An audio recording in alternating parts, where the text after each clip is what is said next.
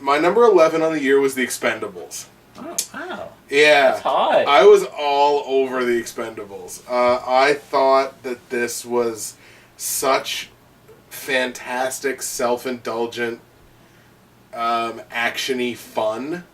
It didn't help that we had fucking morons in the theater with us that night. Was that one of the movies that we did? That was like every time that the big black guy pulled out the big gun and like shot the big shotgun, the guys behind us would be like like they'd laugh every time he shot this big gun. And it's like all he's doing is shooting a gun. It's every single bullet, every single round that he let off is like and that shoots a lot. I was like, Jesus Christ, shut the fuck up. But anyways. Yeah, it was such indulgent fun, and it was so fun too to watch people's initial reactions to it online as they're reviewing it. It's like, oh my god, what is Stallone doing? Stallone's trying to parody these cheesy action movies, and it's just dumb. I'm like, no, he's trying to make a dumb cheesy action movie is all he's trying to do. Like, that's like, for whatever reason, people seem to miss that. I didn't. I loved it. I loved every single person that was in it. They got stars from MMA. They had Randy Couture. Stars from pro wrestling. They had Steve Austin. Everyone that's ever been called a badass was basically in this movie. And I loved pretty much every minute of the thing. So that's my number 11. I gave it an honorable mention. I think I'd like to watch it again to see if it goes up my list or stays an honorable mention. Mm-hmm. But it was fantastic, and we're kind of alone. Yeah. On this, more alone than I thought we would be. We are blazing trails. Yeah, because when I first saw Critic, though I haven't checked since, it was like mediocre reviews, and then we're like, yeah, we love this movie, which I didn't expect, because I expected people to be all over The Expendables. One thing I liked. It's renting a lot. Is it? Oh, yeah. Oh, that's good. It's doing gangbusters rentals. The last 30 minutes or so, like the big last action set, like piece, was great. And I especially loved when they're in the tunnel fighting or whatever, and the guy with the big gun. You see the tunnel, and then you see the guys running, and him come behind them with the big gun. I lost it that time. That was fantastic. Couple of times in the movie, I just leaned over to him and I was just like, "This is my boomstick." I love The Expendables. Is a really good movie. I don't know why people. I don't know. I just think it has everything you would want. Maybe not as much action as people expected, but could be. I don't know. Whatever. It was good. Yeah. And now my number 11 is 127 Hours. Gotta say it, James Franco is as good as they say in this movie. Yep.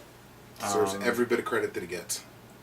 He's done a really good job this year in his movies.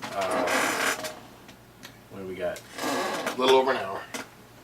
But what's left on the thing? Oh, I have no idea. Huh. Alright, but yeah, 127 Hours. I can talk about this movie without comparing it to Buried, because they're similar. One guy gets trapped, and both guys get trapped. One guy's underground. Well, I guess they're both technically underground. Technically. But one guy is actually buried underground, and the other guy just falls and gets stuck. The other guy can still see the sky. He gets stuck underneath a rock. He can see the sky, but then there's just rock. He can't. I'm giving the nod to 127 Hours over Buried. Mm-hmm. But they're different movies. But you gotta compare them because they're so similar in idea. 127 Hours is very stylish, but no one who's seen the director's other movies would really be too surprised by that. Mm-hmm. It's a very stylish movie, whereas Buried was very minimalist. The endings are different. I'm not gonna even say which one's a good ending and which one's a bad, a depressing ending, but one's happy, one's sad. So they kind of go, similar concept, go in different ways. Mm-hmm. I think 127 Hours was a little bit more enjoyable than Buried. It was a really good movie, though. Nice. Yeah, I mean, James Franco can just Franco can do no wrong. So, you know, Yeah. we'll get into 2011 just a little bit and just be like his showing in Green Hornet was fantastic. Yeah, it was a very pleasant surprise to see him right at the Yeah, beginning. they just I didn't know kinda- he was in it. Christoph Waltz walks into a room and bam, Bam, there's James fucking James Franco. So yeah, I love absolutely. seeing that guy. Alright. So that was You know, my Mike made up for it, by the way. He got that one in wrong. Good job, man. Number 10, Halfway Home. And this is going to be my first one where I'm cheating. Because this movie had a... Oh, quit shaking your head. If you ain't cheating. If you're not cheating, you're not trying. Eddie Guerrero. This is one that had a festival release in 2009. Didn't get a major theatrical until about April of this year. So, you know what? I'm counting it. Yep. Number 10 is Harry Brown. And Harry Brown stars Michael Caine, who I'll watch him make breakfast. He's amazing. He's been in 800 movies. He's been in a lot of movies. He's still a G. You know, you'll see him in The King's Speech, because that's the big one that everyone's pimping. Oh, no, I'm sorry. He's not in The King's Speech. That's Jeffrey Rush. Jeffrey Rush is another fantastic actor. But Michael Caine... unrelated to this. Unrelated to this entirely. Michael Caine is... You know, Michael Caine basically just plays himself, plays a character that's like him. He's living in a in a flat in London, and he's starting to see, you know, a couple of people around him die, and he's seeing sort of like the seedy underbelly of London. Like, he's seeing a lot of gang activity, drug activity, guns, prostitution, stuff like that.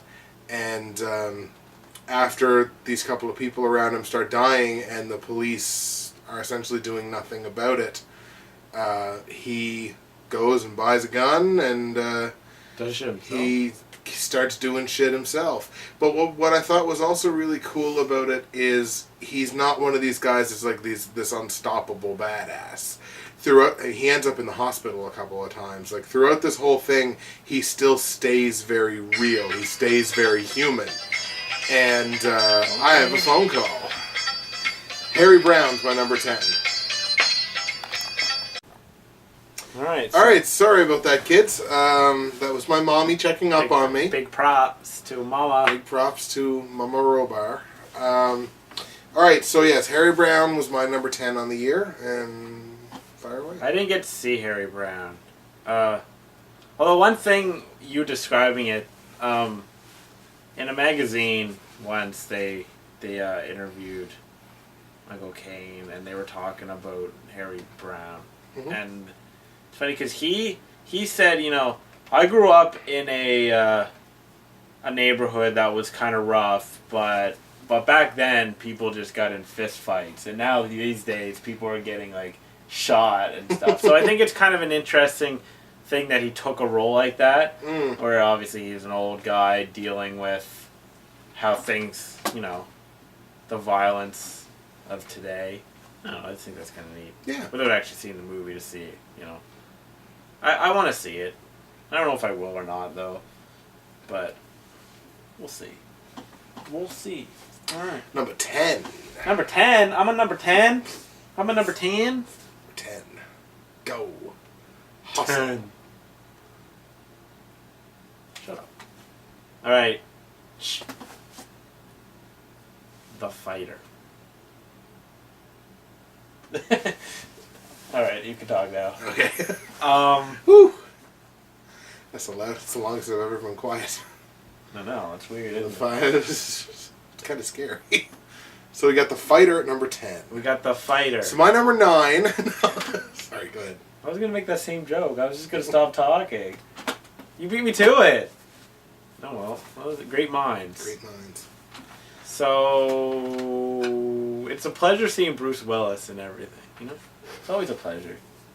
No, The Fighter. Yes. The Fighter was better than Social Network. Christian Bale was amazing. Mark Wahlberg was good, but it was all about Bale. Just, I love these boxing movies. Christian Bale does his best strung-out junkie in this movie. Like, he looks like a strung-out junkie. He